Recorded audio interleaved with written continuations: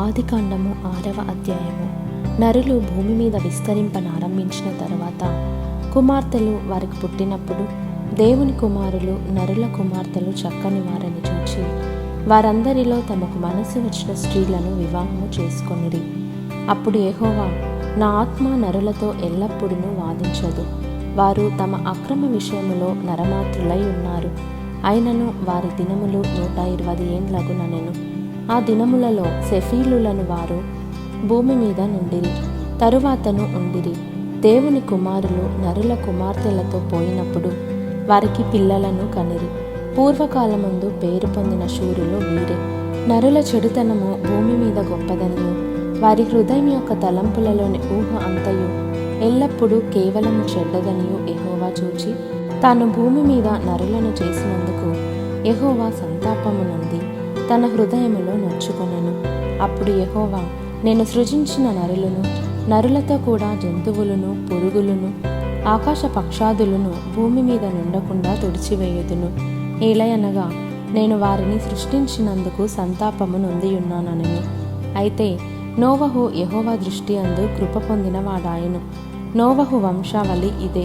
నోవహు నీతిపరుడును తన తరములో నిందారహితుడునై ఉండెను. నోవహు దేవునితో కూడా నడిచినవాడు. షేము, హాము, యాపెతను 3 కుమారులను నోవహు కనెను. భూలోకము దేవుని సన్నిధిని చెడిపోయి ఉండెను. భూలోకము బలాత్కారముతో నిండి ఉండెను. దేవుడు భూలోకమును చూచినప్పుడు అది చెడిపోయి ఉండెను.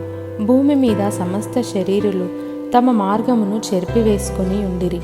దేవుడు నోవహుతో, సమస్త శరీరుల మూలముగా భూమి బలాత్కారముతో నిండియున్నది గనుక నా సన్నిధిని వారి అంతము వచ్చియున్నది. ఇదిగో, వారిని భూమితో కూడా నాశనము చేయుదును.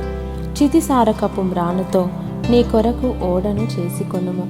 అరలు పెట్టి ఆ ఓడను చేసి లోపటను వెలుపటను దానికి కీలు పూయవలెను. నీవు దాన్ని చేయవలసిన విధమిది. ఆ ఓడ 300 మూరల పొడుగును, 50 మూరల వెడల్పును, 30 మూరల ఎత్తును గలదై ఉండవలెను. ఆ ఓడకు కిటికీ చేసి పైనుండి మూరెడు క్రిందికి దాన్ని ముగించవలెను. ఓడ తలుపు దాని ప్రక్కన ఉంచవలెను.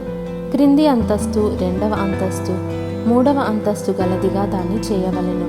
ఇదిగో, నేనే జీవవాయువు గల సమస్త శరీరులను ఆకాశము కింద నుండకుండా నాశము చేయుటకు భూమి మీదికి జల ప్రవాహము రప్పించుచున్నాను.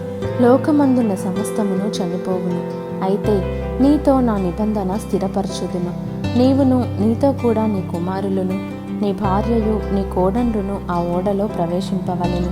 మరియు నీతో కూడా వాటిని బ్రతికించి ఉంచుకొనుటకు సమస్త జీవులలో అనగా సమస్త శరీరుల యొక్క ప్రతి జాతిలోనివి 2 చొప్పున నీవు ఓడలోనికి తేవలెను. వాటిలో మగదియు ఆడుదియు నుండవలెను. నీవు వాటిని బ్రతికించి ఉంచుకొనుటకై వాటి జాతుల ప్రకారము పక్షులలోను, వాటి జాతుల ప్రకారము జంతువులలోను, వాటి జాతుల ప్రకారము నేలను ప్రాకు వాటన్నిటిలోనూ ప్రతి జాతిలో 2 చొప్పున నీ వద్దకు అవి వచ్చును. మరియు తినుటకు నానా విధములైన ఆహార పదార్థములను కూర్చుకొని నీ దగ్గర ఉంచుకొనుము. అవి నీకును వాటికిని ఆహారమగునని చెప్పెను. నోవహు అట్లు చేసెను. దేవుడు అతనికి ఆజ్ఞాపించిన ప్రకారము యావత్తు చేసెను.